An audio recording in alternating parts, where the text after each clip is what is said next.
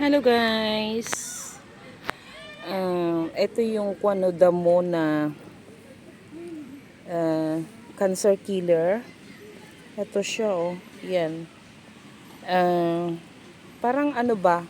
Gawin yung parang tea. Hugasan yung mabuti mula sa bulaklak kahit dahon at higit sa lahat yung kanyang ugat. Okay?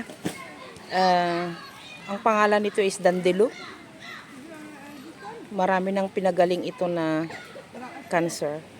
Lalong-lalo na yung mga stage 4 na pasyente. Yan siya oh. Yan.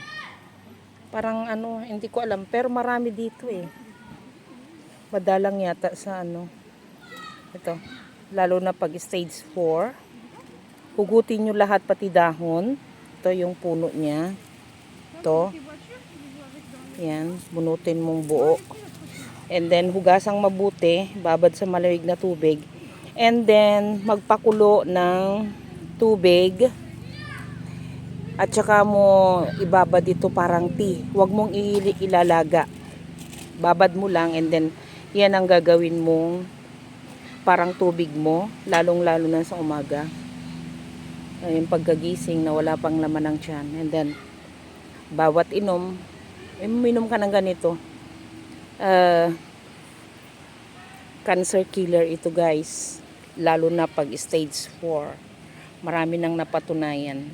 Okay? Ito. Magaling ito na magpagaling sa mga may cancer dyan. Yan. Ang pangalan nito ay Dandelo. Oo. Ito. Damo. Damo lang yan eh. 'Di ba? Marami dito kasi. Yan. Ewan ko sa Pilipinas, meron din sigurong ganito. I don't know. Yan, bunutin nyo ng buo dyan. Ganyan. And then, hugasang mabuti. Lagay sa malamig na tubig. Lalo na yung ugat niya. Yan. Tapos, gawin mong parang babad mo sa pinakuluan na tubig. Parang gawin mong tea. Tsaka mo inumin. Pangalan nito guys is Dandelo. Killer cancer. Hindi ito pinapansin pero gamot pala ito. Okay? Mga stage 4, stage 3. Yan. Ito siya oh. Ganyan. Kaya dyan sa mga bakuran ninyo baka meron. Tingnan nyo yung mga halaman. Lalabas lang ito pag ano dito spring, summer ganun. Yan. Dandelo. Yan guys. Cancer killer yan. Ganyan ang dahon niya oh. Yan. Yan pa oh. Damo-damo lang yan. Pero matibay at saka malakas na pang ano sa mga cancer. Cancer killer to.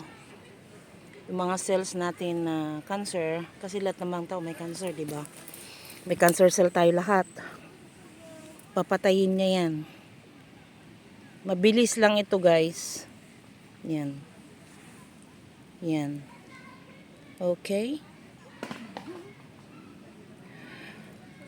Kung hindi nyo alam gawin, message nyo ako.